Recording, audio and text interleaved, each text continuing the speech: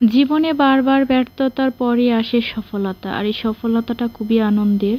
আসসালামু আলাইকুম, hello viewers, আশা করি সকলেই ভালো আছেন। আজকে আমি জর্দা সেমাই রান্না করব, এই জন্য এখানে 3 প্যাকেট সেমাই নিয়ে নিয়েছি। এখানে 100 গ্রাম ঘি নিয়েছি আমি। এখন চুলার মধ্যে চলে যাব। একটা কড়াইয়ের মধ্যে আমি ঘি সম্পূর্ণটাই দিয়ে দেব।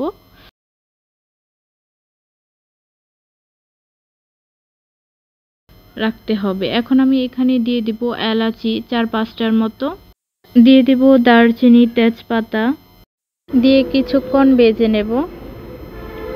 কিছুক্ষণ ভাজার পর এখানে দিয়ে দিব আমি কিশমিশ, কাজু বাদাম, পেস্তা বাদাম, চীনা বাদাম আমি একত্রে নিয়েছি। এই সবগুলোকে আমি ঘিয়ের মধ্যে ভেজে নেব।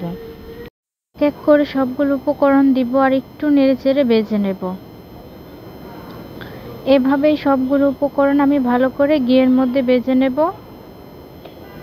আরও কিছু পরিমাণ কিশমিশ আমি দিয়ে দেব। এখন আমি ভালো করে উল্টে পাল্টে ভেজে নেব। এভাবে আমি প্রায় 6-7 মিনিটের মতো ভেজে নেব। অনেক বেশি পরিমাণ ভাজা যাবে না, ঘিয়ের মধ্যে যখন কিশমিশ পড়বে তখন ফুলে একদম সুন্দর হয়ে যাবে। দেখেন, ভালোবাসার মানুষের জন্য যখন মানুষ কোনো কিছু করে সেটা ভালোবাসার মতোই করে, আর যখন পরিশ্রম করে সেটা আর কষ্ট লাগে না। কথা বলতে বলতে আমার সবগুলো উপকরণ ভাজা হয়ে গেছে। আমি এখন দিয়ে দিব সেমাই। আমি অল্প অল্প করে সেমাই দিব আর কিছুক্ষণ নেড়েচেড়ে ভেজে নেব। আর তাপের পরিমাণ একদম কম দিতে হবে, লো হিটে চুলার তাপ দিতে হবে, না হলে পুড়ে যাবে সেমাইগুলো। এই জন্য আমি অল্প অল্প করে দিব আর নেড়েচেড়ে দেব যাতে করে না পুড়ে যায়। এই সেমাই রান্না করার সময় অবশ্যই চারদিকে খেয়াল রাখতে হবে, কারণ এই সেমাইটা হয়তো বা অনেক সময় দেখা যায় শক্ত হয়ে যায়, নরম হয়ে যায়, এজন্য খেয়াল রেখে রান্না করতে হবে। আর বেশি জাল দিলে হবে কি, পুড়ে যাবে। জন্য একদম কম তাপে রান্না করতে হবে এই সেমাই।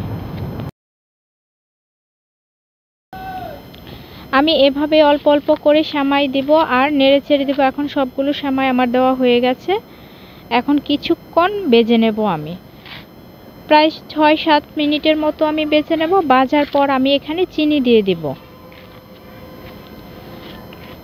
আমি উল্টে পাল্টে ভালো করে নেড়েচেড়ে ভেজে নিয়েছি। এখন আমি দিয়ে দিব পর্যাপ্ত পরিমাণ চিনি।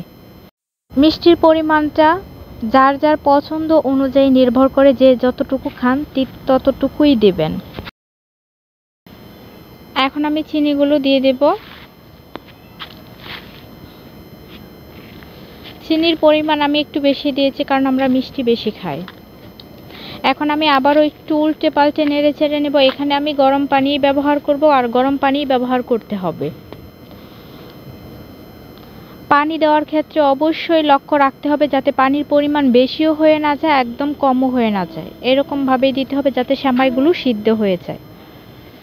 এখানে আমি 3 প্যাকেট সেমাইয়ের জন্য 2 কাপ গরম পানি দিয়েছিলাম, কিন্তু হয়নি। আবারও আমি হাফ কাপের মতো গরম পানি দিয়ে দিয়েছিলাম। পানি দেওয়ার ক্ষেত্রে খেয়াল রাখতে হবে, নাহলে সেমাইয়ের সমস্যা হচ্ছে অনেক সময় দেখা যায় শক্ত হয়ে যায়, নাহলে নরম হয়ে যাবে।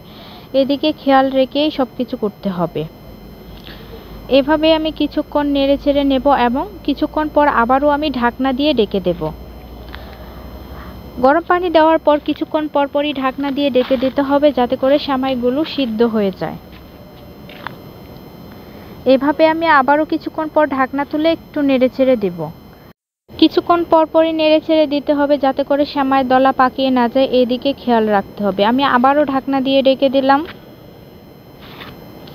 কিছুক্ষণ পর আমি আবারও ঢাকনা তুলে নেড়ে চেড়ে দেবো। আমার পানি একদম শুকিয়ে গেছে। যখন শুকিয়ে যাবে তখন বুঝতে হবে যে সেমাই হয়ে গেছে। আপনারা তুলে একটু চেক করে নেবেন সিদ্ধ হয়েছে কিনা। যদি সিদ্ধ না হয় তাহলে আবারও একটু পানি দিয়ে দিবেন। আমি ঢাকনা দিয়ে আবারও কিছুক্ষণ ঢেকে নিলাম। এখন আমার সেমাইটা রান্না হয়ে গেছে। এই যে দেখেন, একদম পানি শুকিয়ে গেছে। এভাবে জর্দা সেমাই রান্না করা একদম সহজ আর খেতেও অসাধারণ হয়। আপনারা চাইলে পানি না দিয়ে একদম শুকনোভাবেও রান্না করতে পারেন। অনেকে অনেকভাবেই রান্না করে, আমি আমার মতোই রান্না করলাম। আমার সেমাই দেখেন সিদ্ধ হয়ে গেছে। আর এই সেমাইটা দলা পাকিয়ে যায়, এজন্য গরম গরম অবস্থায় নামিয়ে ফ্যানের নিচে নিয়ে কাঁটা চামচের সাহায্যে এটাকে ছুটিয়ে নিতে হয়। দেখেন আমার সেমাই দলা পাকিয়ে যাচ্ছে। এখন আমি চুলা থেকে নামিয়ে চলে যাব ফ্যানের নিচে। এখন কাঁটা চামচের সাহায্যে আমি ছাড়িয়ে নেব। দেখেন একদম জর্জরা করে নিতে হবে, কোনোভাবেই দলা পাকাতে দেওয়া যাবে না। এভাবে আমি সবগুলো সেমাইকে ছাড়িয়ে নেব। এই সেমাইগুলো রান্না করা হয়েছে বিদেশে পাঠানোর জন্য, এজন্য সেমাইগুলো ছাড়িয়ে নেওয়ার সাথে সাথে আমি বক্সের ভিতরে ঢুকিয়ে নিলাম। যখন ঠান্ডা হয়ে গেছে তখন গরম গরম অবস্থায় ঢুকানো যাবে না। এইভাবে আমি সবগুলো সেমাই একটা বক্সের ভিতরে ঢুকিয়ে নেব।